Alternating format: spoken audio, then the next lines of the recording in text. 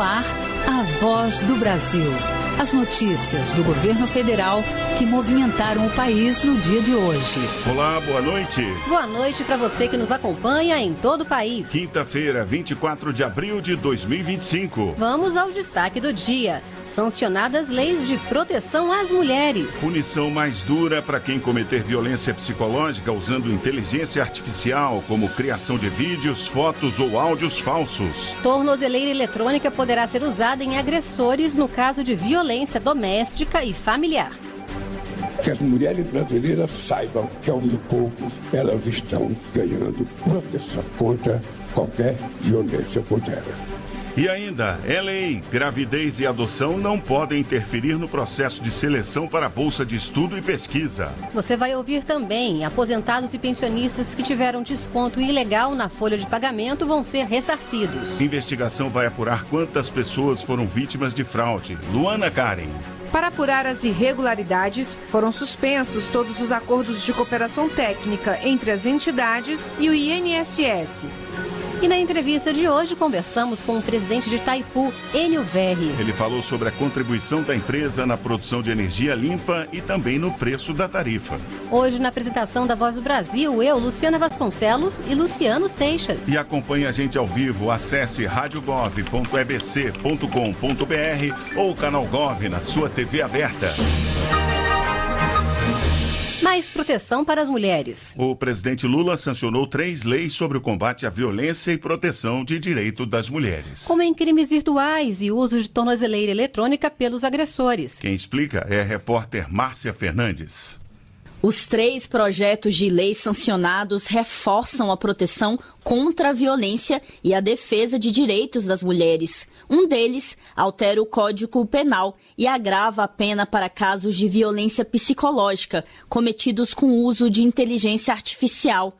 É o que acontece, por exemplo, quando alguém cria uma imagem falsa e íntima de uma mulher, como uma montagem nua, para constrangê-la ou ameaçá-la. A pena para esse tipo de crime é de 6 meses a 2 anos de prisão, além de multa. Mas, se for comprovado o uso de inteligência artificial ou outras tecnologias, a punição pode ser aumentada em até 50%. O projeto também prevê aumento de pena em casos de divulgação de cenas de estupro, pornografia ou sexo. A ministra das Mulheres, Cida Gonçalves, destacou que a lei é um importante passo na luta contra as fake news. Inclui dentro da questão da Lei Maria da Penha e vai avançar principalmente a violência psicológica, as violências, em que se trata as redes sociais e as fake news. Outro projeto sancionado nesta quinta-feira altera a Lei Maria da Penha e permite que, em casos de violência doméstica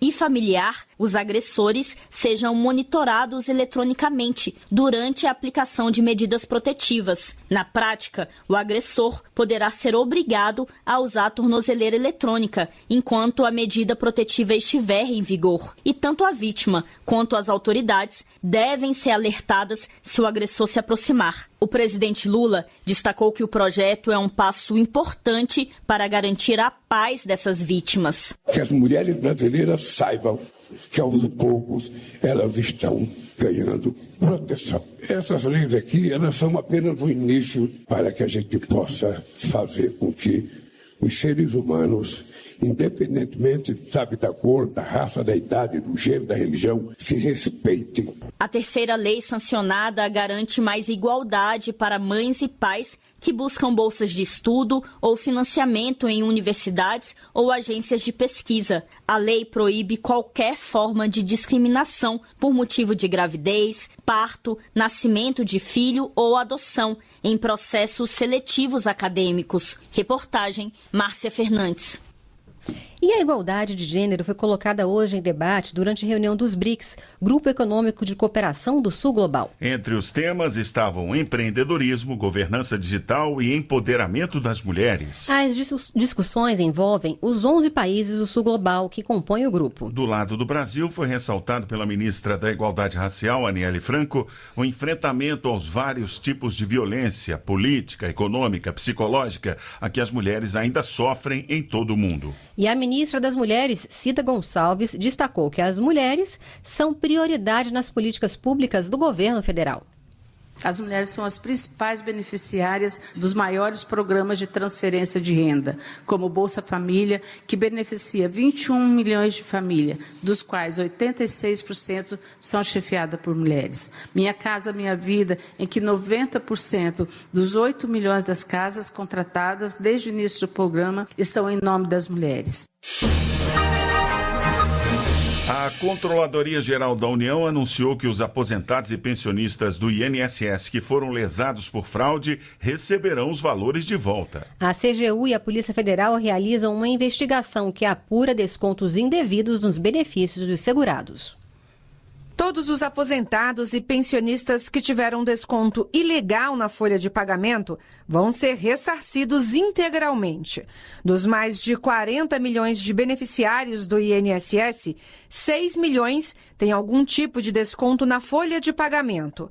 Débora Floriano, diretora de Orçamento, Finanças e Logística do Instituto Nacional do Seguro Social, explica que o governo trabalha agora para identificar os que foram vítimas de fraude. Nós traremos oportunamente um plano onde serão abordadas, onde serão tratadas todas as informações para, em seguida, uma tarefa conjunta, uma força-tarefa conjunta, promovermos o integral ressarcimento dos descontos irregularmente descontados dos benefícios dos nossos segurados. Para apurar as irregularidades, foram suspensos todos os acordos de cooperação técnica entre as entidades e o INSS, e os descontos já lançados na folha de maio não serão repassados às associações, como explica o ministro da Controladoria Geral da União, Vinícius Marques de Carvalho. Esses recursos descontados em maio dos aposentados não irão para as associações. Esses recursos vão ser retidos e na próxima folha de pagamento serão restituídos aos aposentados. Então já dá para dizer com muita clareza que a partir de agora nenhum aposentado será descontado da sua folha de pagamento. Para saber se foi descontado indevidamente, o aposentado ou pensionista pode consultar o aplicativo Meu INSS.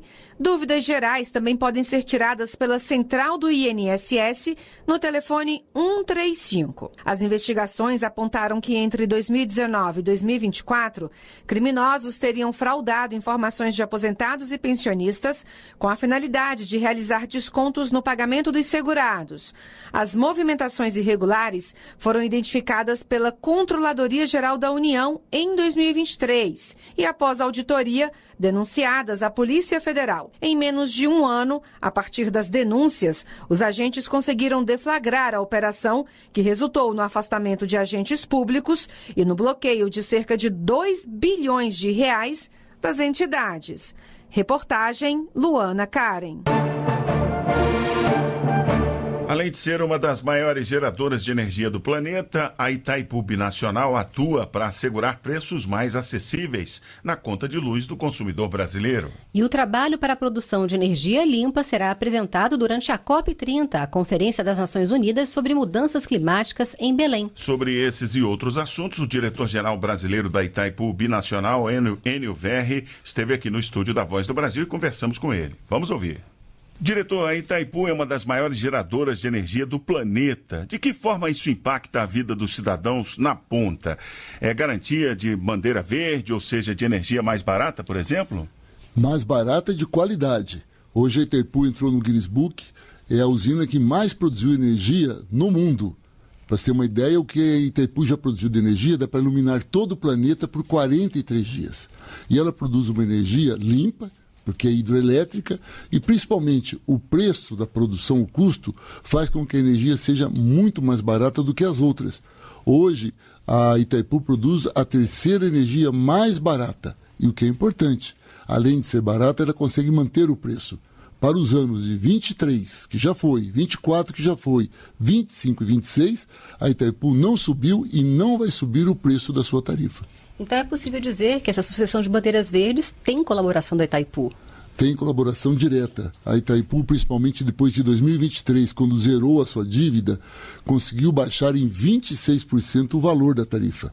Essa redução do preço da tarifa, somado ao não aumento em 4 anos, implica diretamente na vida de quem está nos ouvindo agora. Por isso, o que nós temos de participação no Brasil não é pouco. 10% de toda a energia que é produzida no Brasil é de Itaipu.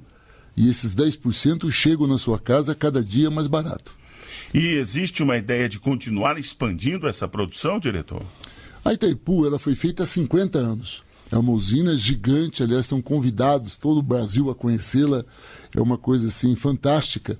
E a capacidade de produção dela sempre pode ser alterada por conta da inovação tecnológica. A ciência avança, você sempre pode melhorar os equipamentos e aumentar a produção. Mas a gente pode aumentar a produção de energia elétrica também com a energia solar.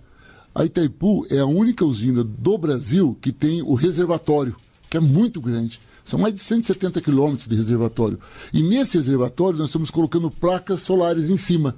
Consequentemente, a gente produz pela hidroeletricidade e pela energia solar. E a soma das duas faz com que a energia seja muito mais barata e possa chegar em maior quantidade ao país. A ideia é que a cada dia a Itaipu esteja mais presente na casa da população em número de pessoas, que isso é fundamental, nós estamos falando de mais de 20 milhões de pessoas recebendo energia barata e principalmente com a garantia que o olhar para o futuro ele terá mais energia e cada dia com preço menor. E esse olhar para o futuro é uma energia mais limpa. O Brasil é modelo no mundo de produção de energia. Enquanto você tem países, a Alemanha produz o carvão ainda, tem países que estão usando a energia nuclear. O Brasil não, é só a hidroelétrica, ou seja, a usina hidrelétrica. E usamos muito também a energia solar e a energia fotovoltaica, ou seja, a eólica, ou seja, a energia do vento, do sol e da usina. Então o Brasil é um grande produtor de energia limpa e barata, com uma diferença. Tanto a solar como a eólica, as duas, se o tempo fechar para chuva, ou ficar à noite, ou parar de ventar, essas outras duas não produzem. Quem garante energia firme na economia brasileira é a hidrelétrica. A Itaipu, portanto, é a bateria do Brasil. Quando chega às 5 horas da tarde, que fica escuro, e o vento para, quem garante energia elétrica na sua casa, quando você liga a televisão ou liga a luz à noite, é a Itaipu. Hoje, a Itaipu é considerada a grande bateria do país, inclusive influenciando em toda a América Latina. Pois é, mudanças climáticas, transição energética estão diretamente relacionadas, né? E nós estamos aí, às vésperas da COP30, a Conferência das Nações Unidas sobre Mudanças do Clima, em novembro, em Belém. O que a Itaipu vai mostrar de iniciativa nesta grande reunião? A nossa usina, a usina de Itaipu, é um modelo no mundo de transição energética. Nós temos, nesses 50 anos de idade, participado de todas as COPs que já tiveram em todas as partes do planeta. A Itaipu é frequentemente convidada para dar palestras, primeiro pela sua característica. Olha que interessante, no mundo todo, a água é motivo de guerra.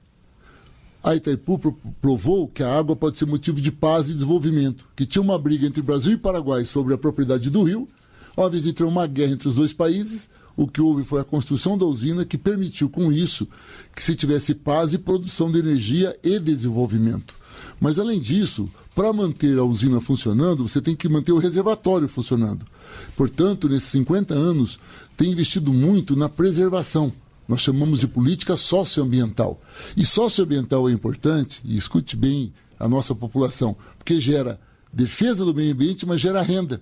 Porque quando você faz um investimento, por exemplo, para que as cooperativas de recicladores, eles consigam reciclar melhor, ganhem um caminhão da usina, ou ter uma assessoria da usina, eles passam a preservar o meio ambiente e passam a ter uma vida melhor, porque tem um salário melhor. Então, as políticas socioambientais de Itaipu, ao mesmo tempo que preservam o planeta, que criam educação ambiental, que asfaltam a estrada rural, que atende, no nosso caso, 11.300.000 pessoas na região que ela atua, ela melhora a qualidade de vida da população. Ou seja, é possível produzir energia elétrica barata, de qualidade, defender o meio ambiente e gerar desenvolvimento e qualidade de vida. São iniciativas que vão ser levadas à COP30, mas a Itaipu não vai parar só lá na COP30, nesse período, né? A Itaipu não para nunca, né? A COP30 é um modelo importante para o Brasil. porque nós vamos mostrar para o mundo, primeiro, que nós sabemos preservar e estaremos na Amazônia para mostrar isso. Vamos mostrar que somos capazes de produzir energia limpa e barata, de qualidade, mostrando o trabalho de Itaipu e as outras usinas hidrelétricas que temos. Vamos mostrar que produzimos energia barata e limpa, mostrando as eólicas e fotovoltaicas. E, ao mesmo tempo, vamos mostrar que para fazer tudo isso é preciso que o mundo, que os outros países também invistam para fazer essa manutenção e a transição que nós vivemos. A gente vive hoje numa grande crise climática. O que está acontecendo em São Paulo com frequência, ou o que aconteceu no Rio Grande do Sul, ou o que acontece em outras partes do Brasil, isso é resultado de uma grande crise climática. E você só resolve a crise climática com a transição energética. E a Itaipu, ela sabe como, nesses seus 50 anos, como participar diretamente e contribuir para que essa transição energética gere qualidade de vida, mas também qualidade de renda para toda a população do Brasil. Muito bem, nós conversamos com o diretor-geral brasileiro de Itaipu Binacional, Enio Verri, aqui na Voz do Brasil. Muito obrigado, diretor, pela presença aqui na Voz do Brasil. Eu que agradeço, um grande abraço a todas e todos. Saúde nas escolas. A vacina está indo direto nas escolas para imunizar mais de 30 milhões de crianças e adolescentes. A campanha deve chegar a cerca de 110 mil unidades educacionais do país. Uma facilidade para os pais e responsáveis colocarem em dia a caderneta de vacinação dos filhos. Em 2022, o Fundo das Nações Unidas para a Infância, UNICEF, soltou um alerta. 3 em cada 10 crianças brasileiras estavam com vacinas atrasadas. O Ministério da Saúde fez uma força-tarefa para conscientizar sobre a importância da vacinação. E com a ajuda de um personagem muito popular, o Zé Gotinha, o Brasil conseguiu recuperar as coberturas vacinais. Dos 16 imunizantes do calendário nacional de vacinação, houve aumento na cobertura de 13 vacinas. Mas ainda há muito trabalho a ser feito e uma das estratégias adotadas pelo governo neste mês de abril é a campanha de vacinação nas escolas. O objetivo é imunizar alunos da educação infantil ao ensino médio. O apelo é do ministro da Saúde, Alexandre Padilha. O pai, a mãe, o responsável pode autorizar a vacinação dos seus filhos dentro da escola. As unidades de saúde vão até lá. Ou vacinar na própria escola ou levar até a unidade básica de saúde mais próxima. São mais de 30 milhões de crianças que serão vacinadas até 15 anos de idade, em mais de 110 mil escolas espalhadas por todo o país. Matheus Rodrigues, de 10 anos, mostra com orgulho a caderneta de vacinação toda preenchida. Na campanha realizada na sua escola, em Taguatinga Sul, no Distrito Federal, ele tomou as vacinas que ainda faltavam. Febre amarela e HPV. É importante para a gente não pegar doença e não dar doença para os outros. A mãe de Matheus, Tainara Rodrigues, considerou uma facilidade e tanto resolver tudo no mesmo espaço. Correria que a gente vive, né? Quando você tem a oportunidade de deixar seu filho na escola e ao mesmo tempo imunizar ele, né? Para mim foi muito fácil e muito rápido e bem importante. A diretora da escola, Tatiane Emídio, contou que a campanha mobilizou todo o corpo de estudantes, pais e professores. Ela destacou a praticidade e o conforto dessa medida. Tinha muitas crianças com a vacina atrasada, pais assim que não sabem mesmo, não acompanham todo dia, porque você não para pegar o cartão e falar assim, nossa, que dia que vai ser, com qual idade, né? Mas aí vem aqui, confere, coloca em dias e ele aproveita, né? A comodidade que é, sem contar que aqui é um espaço que as crianças sentem segurança. Uma novidade deste ano é que o governo está disponibilizando a carteira de vacinação digital. Para isso, basta acessar o aplicativo Meu SUS Digital. Reportagem Graciele Bittencourt. Levar arroz da agricultura familiar e dos povos tradicionais para pessoas em situação de insegurança alimentar. É o programa Arroz da Gente da Conab que entregou hoje 53 toneladas do grão em Sergipe.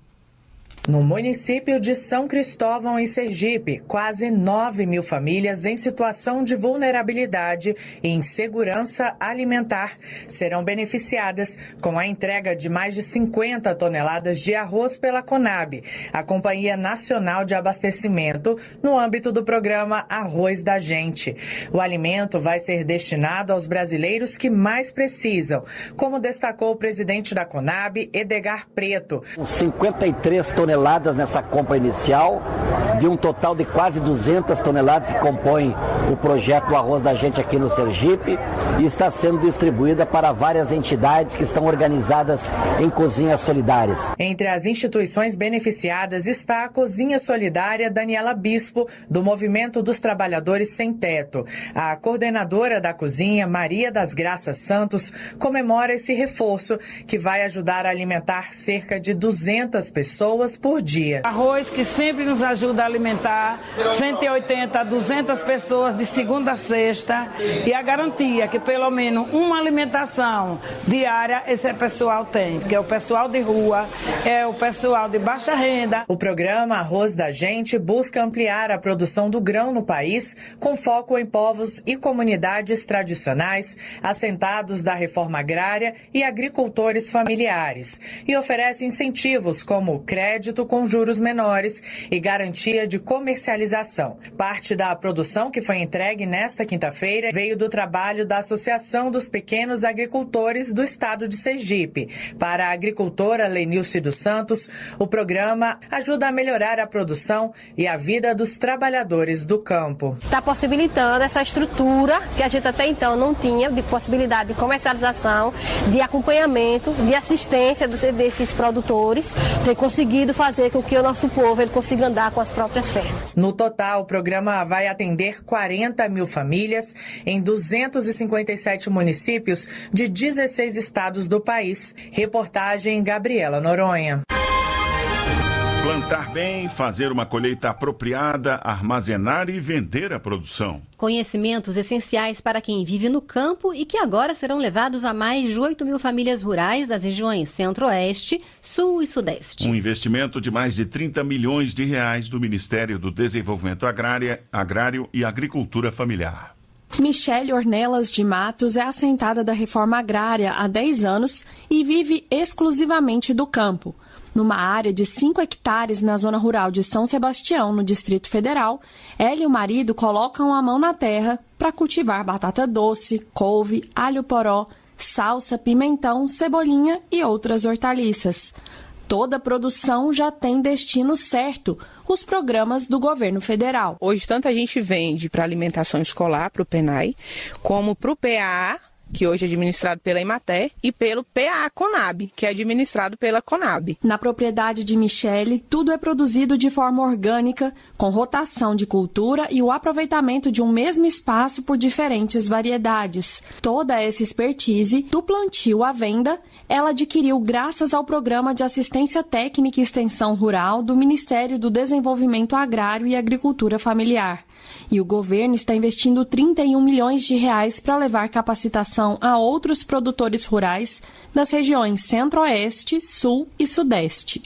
Um edital está aberto para selecionar entidades parceiras que façam essa ponte, como explicou o presidente da Anater, Agência Nacional de Assistência Técnica e Extensão Rural, Jefferson Coritec. Esperamos que nós consigamos melhorar ainda mais a vida do agricultor, fazendo ele, ensinando, proporcionando que ele possa plantar melhor, colher melhor e vender melhor e gerar renda para a família e subsidiar a vida dele no campo. Com as novas contratações, serão beneficiadas 8.850 famílias entre agricultores rurais, pescadores, quilombolas, indígenas e comunidades tradicionais. Atualmente, a Anater está executando 5 chamadas públicas que alcançam cerca de 27 mil famílias em todas as regiões do Brasil. Reportagem Natália Kozlik.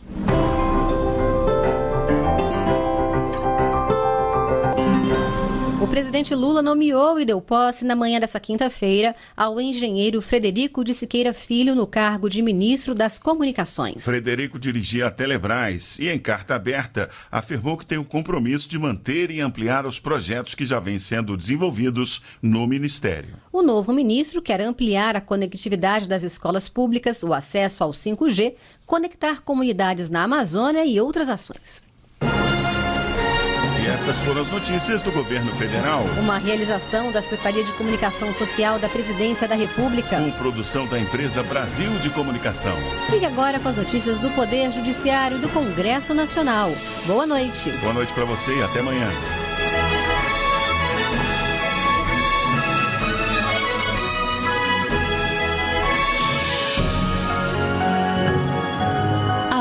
Voz do Brasil.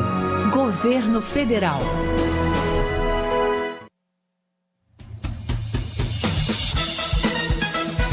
Você vai ouvir agora notícias do Poder Judiciário.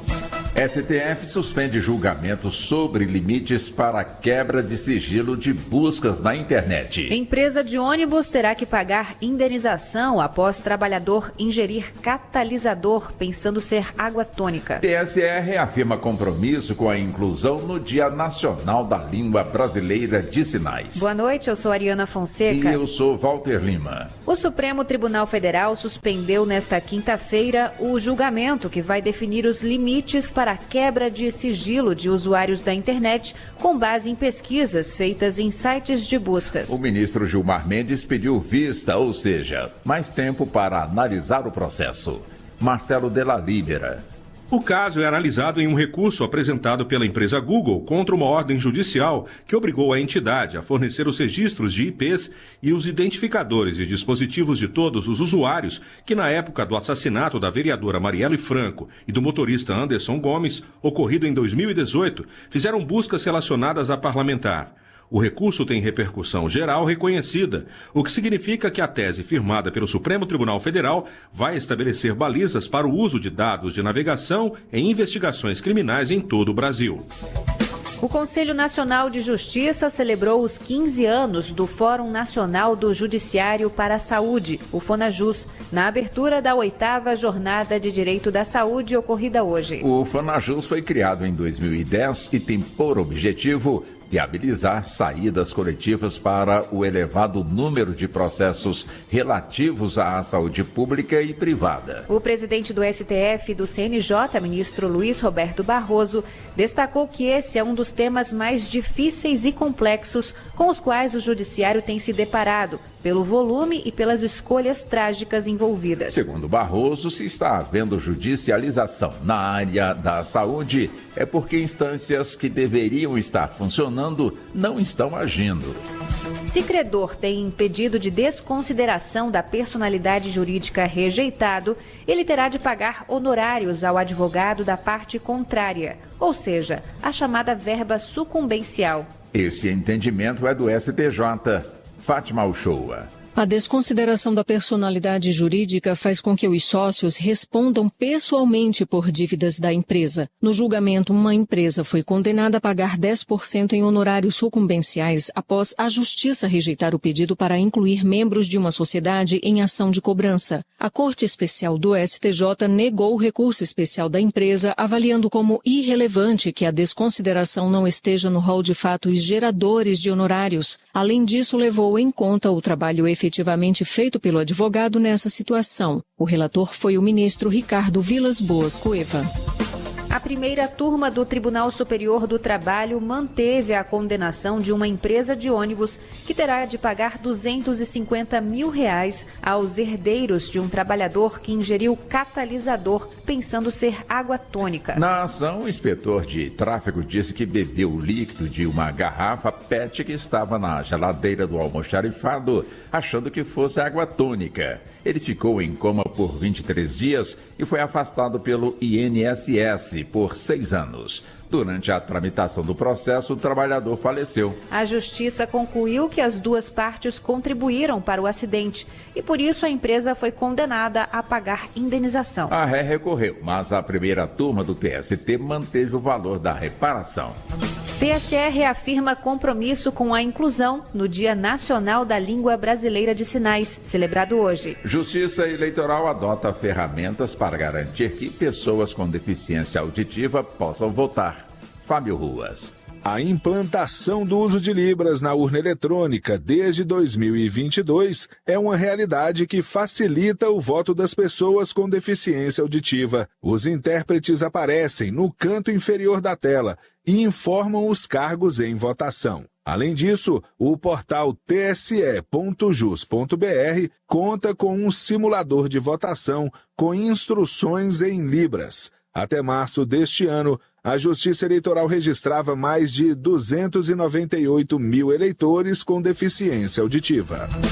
Você acompanha outras notícias do Poder Judiciário em 104,7 FM para o Distrito Federal e em torno. Ou pelo canal 1.3 da TV aberta em Brasília. Ouça também pelo TuneIn de qualquer lugar do mundo. E baixe agora o TV Justiça Mais, disponível na loja de aplicativos do seu celular. Uma boa noite. E até amanhã.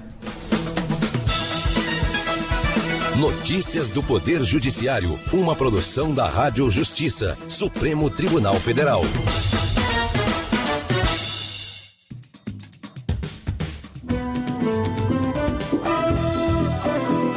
Está no ar o Jornal do Senado. Eu sou Pedro Pincer e estes são os destaques de hoje do Jornal do Senado, que começa agora. Executivo entrega ao Congresso proposta que reformula a segurança pública. Comissão garante prioridade e gratuidade na Justiça para mulheres vítimas de violência. Política Nacional de Segurança Escolar avança no Senado.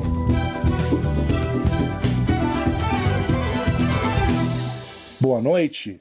Ao receber a proposta de emenda à Constituição da Segurança Pública, o presidente do Senado, Davi Alcolumbre, propôs criar um grupo de trabalho com a Câmara dos Deputados para votar projetos relacionados ao tema. Repórter Érica Christian. Ao receber a PEC da Segurança Pública, o presidente do Senado, Davi Alcolumbre, citou o gesto de coragem do presidente Lula por assumir uma responsabilidade que seria dos governadores e prefeitos. Entre as medidas da proposta estão o poder de polícia para as guardas municipais e a atuação da Polícia Federal no combate a organizações criminosas e a milícias que atuem em mais de um estado. Davi Alcolumbre rebateu as críticas de alguns governadores ao afirmar que a PEC não vai retirar a autonomia dos entes federados. E os estados e os municípios brasileiros, sem a mão amiga da União, não conseguiria combater a criminalidade nunca neste país. Depois de 36 anos buscando corrigir,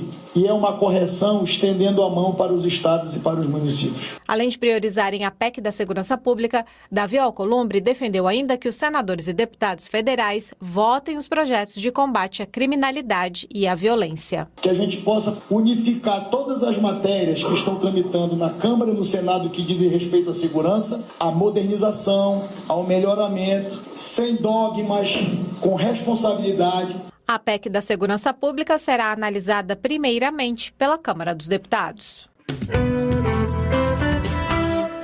A senadora Zenaide Maia, do PSD do Rio Grande do Norte, pediu que a proposta de emenda à Constituição, que busca estabelecer um teto para os juros em cartão de crédito, cheques especiais e outras modalidades, seja incluída na pauta da Comissão de Constituição e Justiça. A parlamentar ainda reforçou que a proposta de limitar um teto para os juros não viola a autonomia do Banco Central. Ela explicou que a medida mantém a vinculação à taxa básica de juros, que é definida pela própria autoridade monetária. É legal, não mexe na autonomia do Banco Central e nós podemos sim tirar essa foice apontada para o pescoço de cada mulher e cada homem desse país, com juros de 400% ao ano, gente. Isso é um assinte à sociedade brasileira. Nós temos um sistema financeiro que já fica com quase 50% do orçamento desse país. Então agora vamos extorquir a população brasileira como um todo, cobrando 400% de juros pelo cartão de crédito e o cheque especial. O senador Isalci Lucas, do PL do Distrito Federal, repreendeu o esquema de corrupção envolvendo o Instituto Nacional do Seguro Social,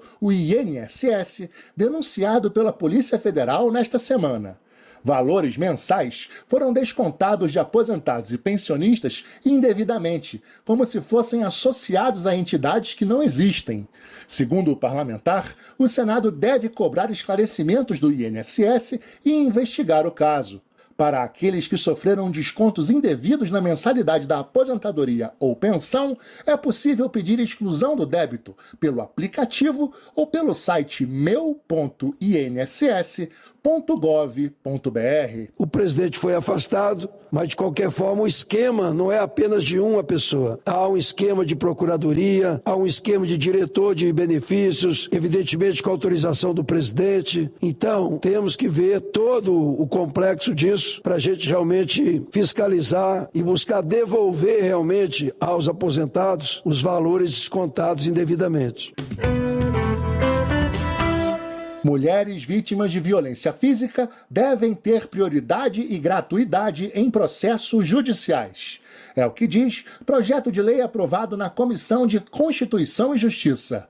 Repórter Bruno Lourenço. A proposta votada na Comissão de Constituição e Justiça assegura tramitação prioritária automática dos processos protocolados em qualquer juiz ou tribunal que tenham como parte mulheres vítimas de violência doméstica e familiar. O relator, senador Hamilton Mourão, do Republicanos do Rio Grande do Sul, acrescentou ainda no texto que esses processos correrão de forma gratuita. De fato, não há sentido ou coerência em se exigir que ações deflagradas contra agressores causadores de morte ou de quaisquer tipos de violência contra a mulher, seja ela física, psicológica ou qualquer outra possível de causar danos à vítima, sujeite-se a pagamento de custas, honorários sucumbenciais, emolumentos, taxas judiciárias, dentre outras despesas. Por conta dessa mudança, o projeto de lei, que já havia sido aprovado nas comissões de Segurança Pública e de Direitos Humanos, ainda passará por um turno suplementar de votação na CCJ. A Comissão de Segurança Pública aprovou a Política Nacional de Segurança Escolar. O projeto aumenta as penalidades para crimes cometidos dentro dessas instituições. Repórter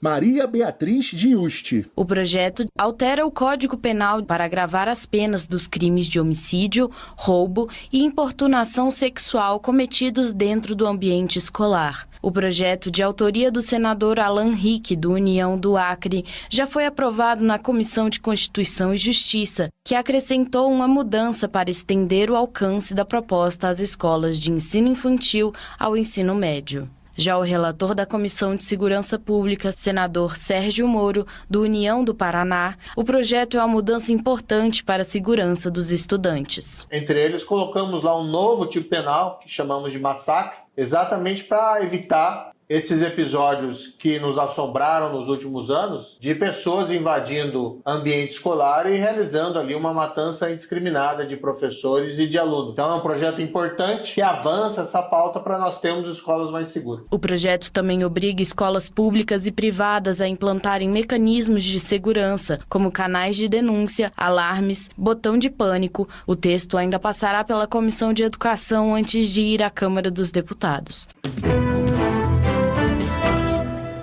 A Comissão de Educação debateu o Plano Nacional de Educação para o período de 2024 a 2034, com enfoque no ensino superior. Entre as demandas, mais recursos para a assistência estudantil e a formação de professores em áreas como matemática e física.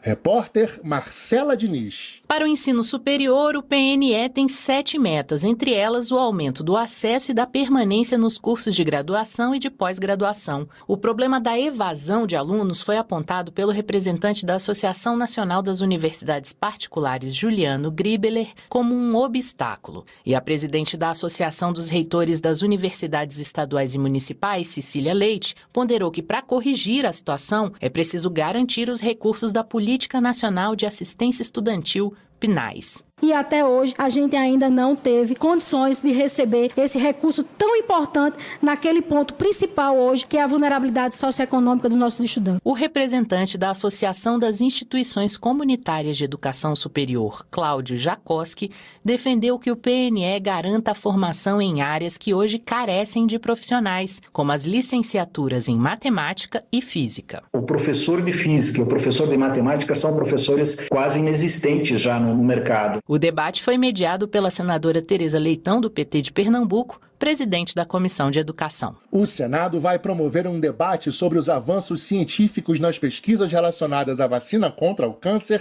na próxima quarta-feira. Para a senadora doutora Eudócia, do PL de Alagoas, o desenvolvimento dessas vacinas é uma agenda estratégica para o Brasil. A parlamentar esteve em missão oficial na China para fortalecer a cooperação entre os dois países na área de saúde, ciência e tecnologia. Ela afirmou que a viagem abriu caminho para futuras parcerias com instituições chinesas no ramo de vacinas oncológicas, além de identificar tecnologias hospitalares de ponta que poderão ser adaptadas à realidade do Sistema Único de Saúde. Reafirmo o meu compromisso com o fortalecimento do marco regulatório da vacina contra o câncer no Brasil, com o avanço das pesquisas científicas de vacinas contra os vários tipos de doenças oncológicas e com o acesso a tratamentos modernos contra o câncer.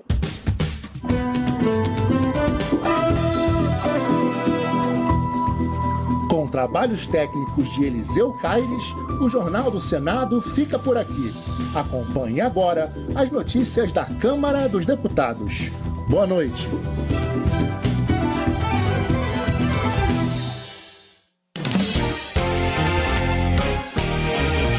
Jornal Câmara dos Deputados. O presidente garante prioridade para a votação da pauta econômica na casa. Chega ao Congresso proposta que prevê ações articuladas em segurança. Parlamentares defendem investigação rigorosa sobre as fraudes no INSS.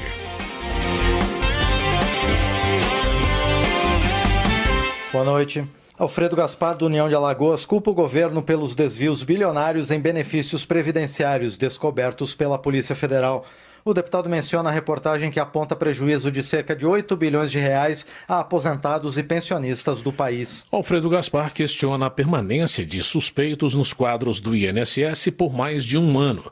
O congressista relaciona o caso à retomada da impunidade e critica o governo federal por, segundo ele, comprometer áreas essenciais como saúde, educação e segurança. Flávio Nogueira, do PT do Piauí, reitera que as fraudes do INSS investigadas pela Polícia Federal tiveram início ainda no governo anterior. Ele explica que operações como a recente, que resultou no afastamento de dirigentes, geralmente decorrem de apurações iniciadas há pelo menos 3 anos. Flávio Nogueira também aponta que empresas citadas na investigação mantinham relação com a antiga gestão federal e não com a atual. O dever dos novos gestores, segundo ele, é denunciar irregularidades herdadas, já que a responsabilidade recai sobre o CPF de quem assume o cargo. Coronel Assis, do União de Mato Grosso, defende a criação de uma CPI para investigar as fraudes do INSS. O deputado lembra que as investigações da PF apontam cerca de 8 bilhões de reais desviados e acusa entidades de lesarem aposentados e pensionistas. Coronel Assis afirma que, apesar de irregularidades no INSS ocorrerem desde a década de 1990, a atual gestão federal tem agravado a situação. Ele cobra ações concretas e a responsabilização pelos prejuízos causados à população mais vulnerável.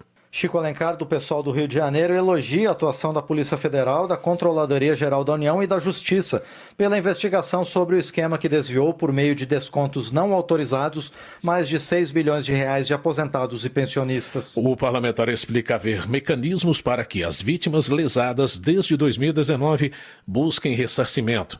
Chico Alencar ressalta o papel do INSS como o maior programa de distribuição de renda do país e defende a punição a todos os funcionários do órgão e entidades envolvidos na fraude. Tadeu Venere, do PT do Paraná, repercute as investigações sobre possíveis fraudes bilionárias do INSS.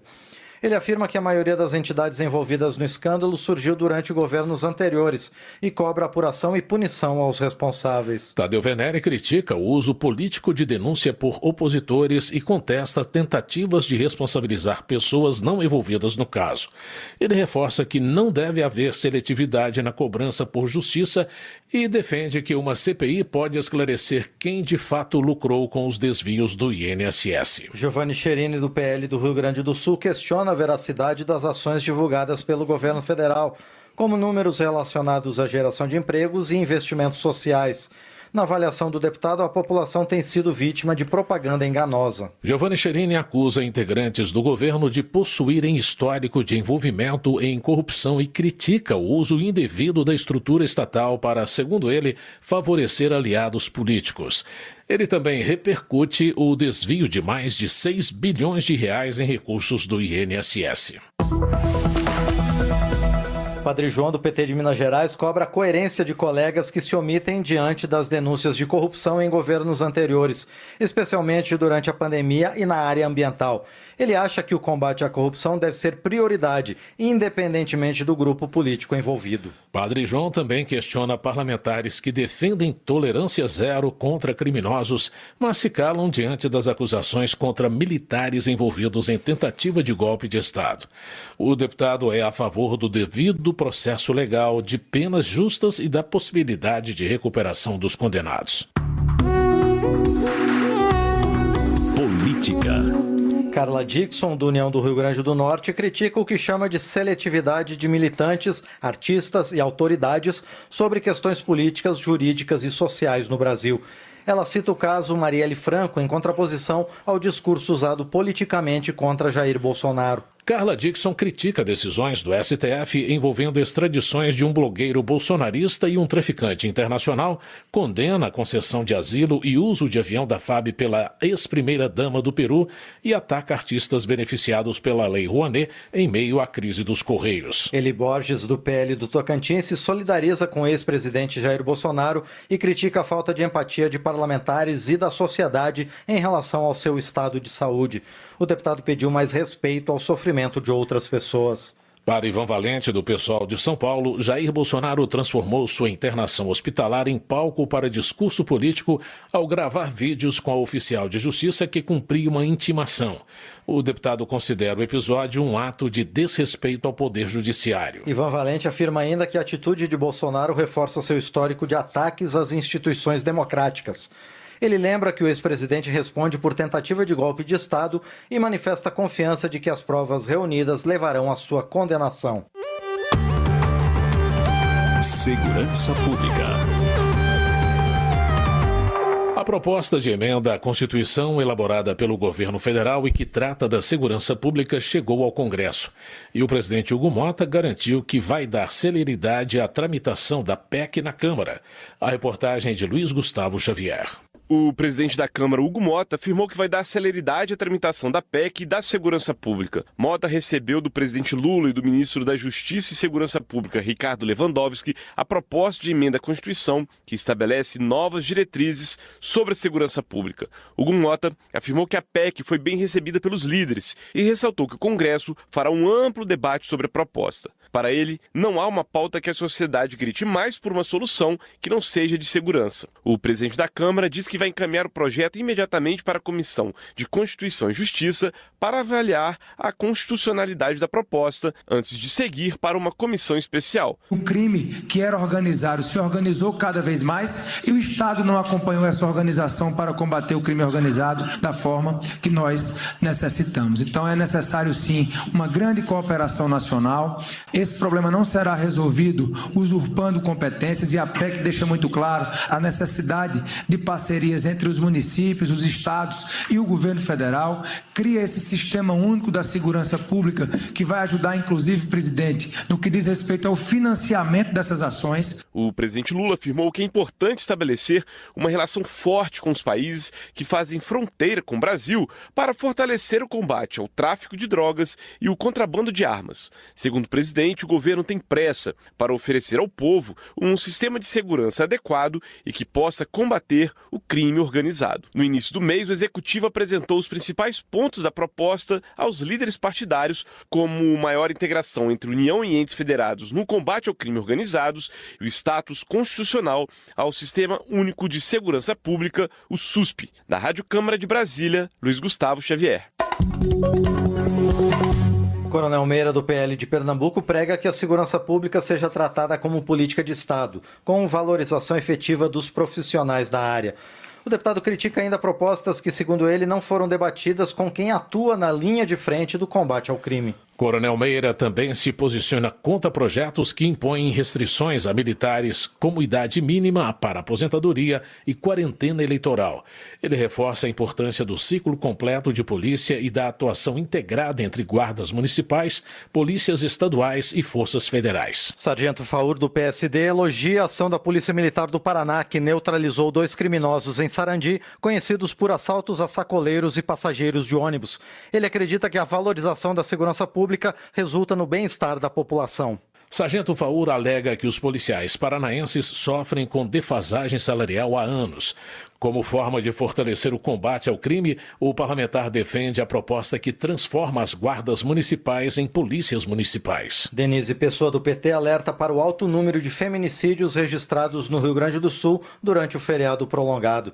A deputada cita que 10 mulheres foram assassinadas e uma criança de 9 anos teve que pular da sacada de um apartamento para fugir do agressor. Na avaliação de Denise Pessoa, o Estado precisa facilitar o acesso às medidas protetivas, inclusive por meios online.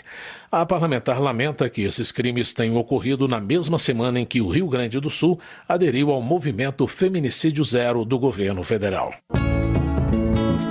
Direitos Humanos.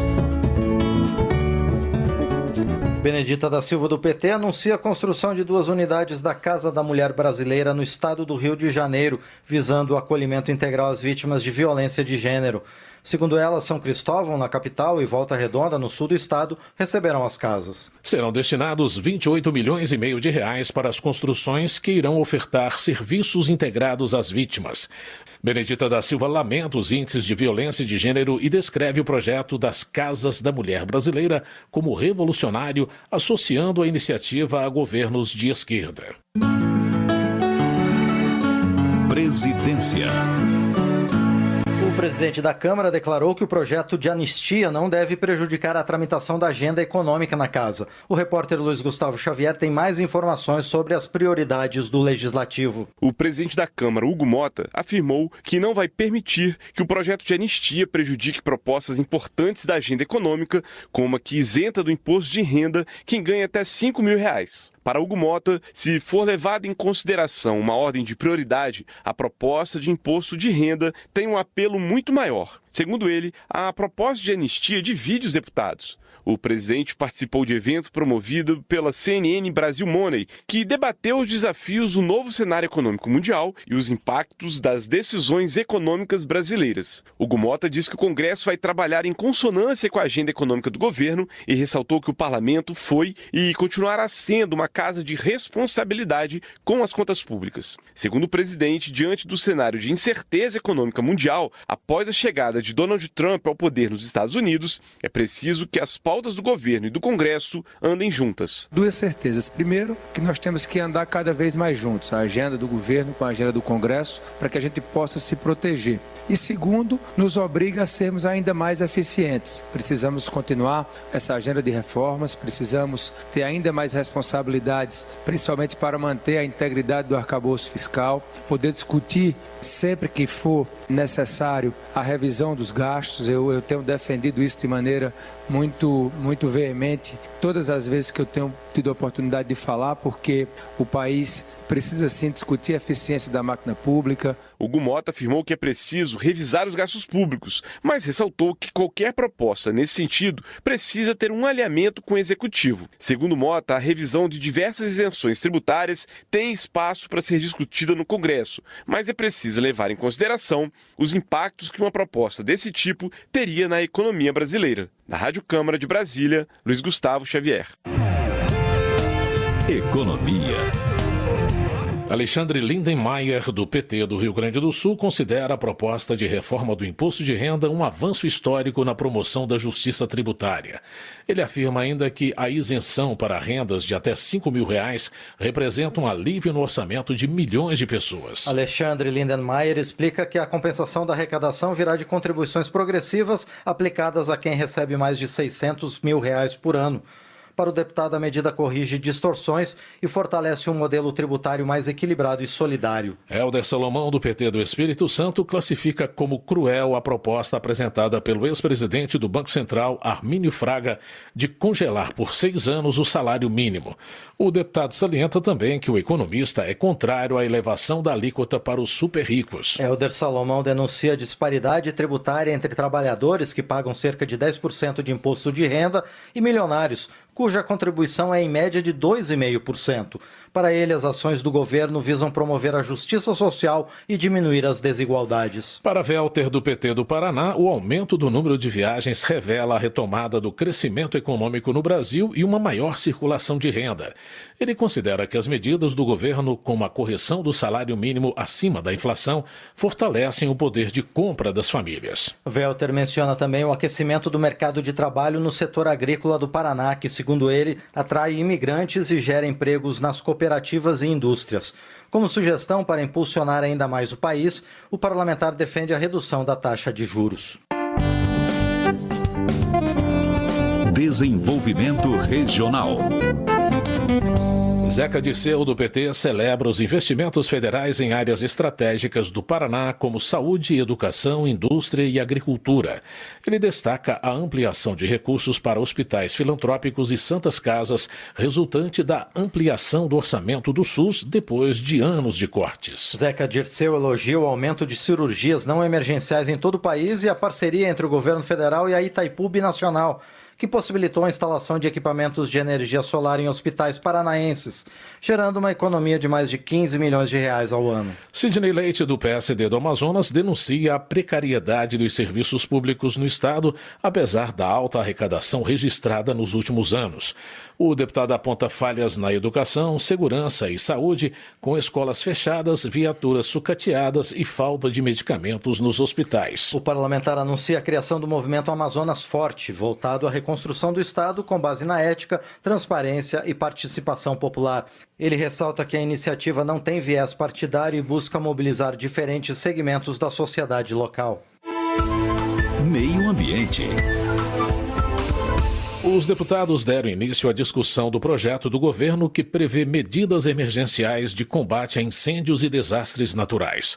O repórter Antônio Vital tem os detalhes. A Câmara dos Deputados começou a discutir projeto do governo que prevê medidas emergenciais para dar respostas rápidas no combate a incêndios florestais e desastres naturais. Entre as medidas previstas está a participação do governo federal em um fundo destinado a recuperar a infraestrutura impactada e menos burocracia no repasse de recursos para os estados atingidos. A proposta foi muito criticada pela oposição, que adotou procedimentos de obstrução.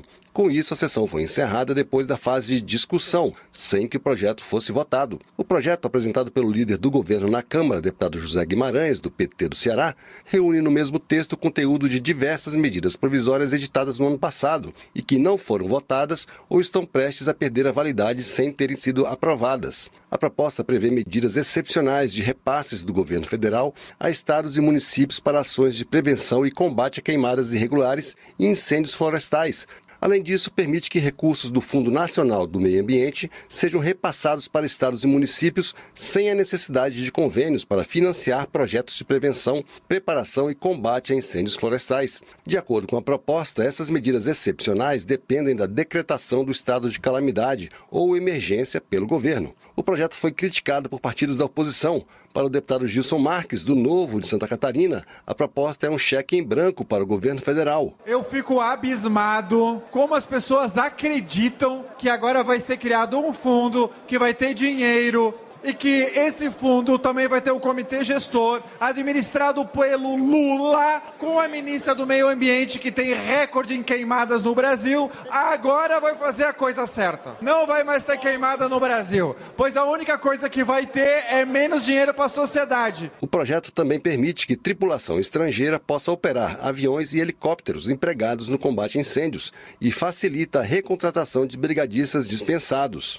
Para deputados da bancada do governo, a proposta permite ações imediatas no combate a incêndios e desastres naturais. Foi o que disse o deputado Jonas Donizete, do PSB de São Paulo. Esse projeto, ele reúne 3 medidas provisórias, dá mais agilidade. Quem já esteve no Poder Executivo sabe que muitas vezes existe a burocracia e existe a urgência para se resolver uma questão. O incêndio não espera a burocracia. Então, o que nós estamos votando aqui hoje é ter uma resposta mais rápida aos focos de incêndio. Ainda não há data para a conclusão da votação no plenário da Câmara do projeto que prevê medidas emergenciais para dar respostas rápidas ao combate a incêndios florestais e desastres naturais. Da Rádio Câmara de Brasília, Antônio Vital. Saúde. Silvia Cristina, do PP de Rondônia, critica o transporte de pacientes do SUS para locais distantes e sem a devida estrutura de atendimento. A situação evidencia, segundo ela, a fragilidade de um sistema que deveria priorizar a vida. Silvia Cristina sugere a descentralização dos serviços de saúde com protocolos mais eficientes. A deputada também cobra mais investimentos para o setor e compromisso do poder público. Homenagem. Alfredinho, do PT de São Paulo, afirma que o legado do Papa Francisco vai além do campo religioso, alcançando causas sociais e humanitárias. O deputado destaca que o pontífice abriu importantes debates dentro da igreja, comprometido com a justiça, a inclusão e a dignidade. Pastor evangélico Otone de Paula, do MDB do Rio de Janeiro, classifica como arrogantes, ofensivas e contrárias ao evangelho as declarações que festejam a morte do Papa Francisco. O congressista exige respeito entre as religiões, elogiou ações do pontífice e cobrou autocrítica das igrejas protestantes. Termina aqui o Jornal Câmara dos Deputados, com trabalhos técnicos de Rafael Santos e apresentação de José Carlos Andrade e Márcio Aquilissardi. Uma boa noite para você. Uma ótima noite. A Voz do Brasil está de volta amanhã. Até lá. Você ouviu A Voz do Brasil. Boa noite.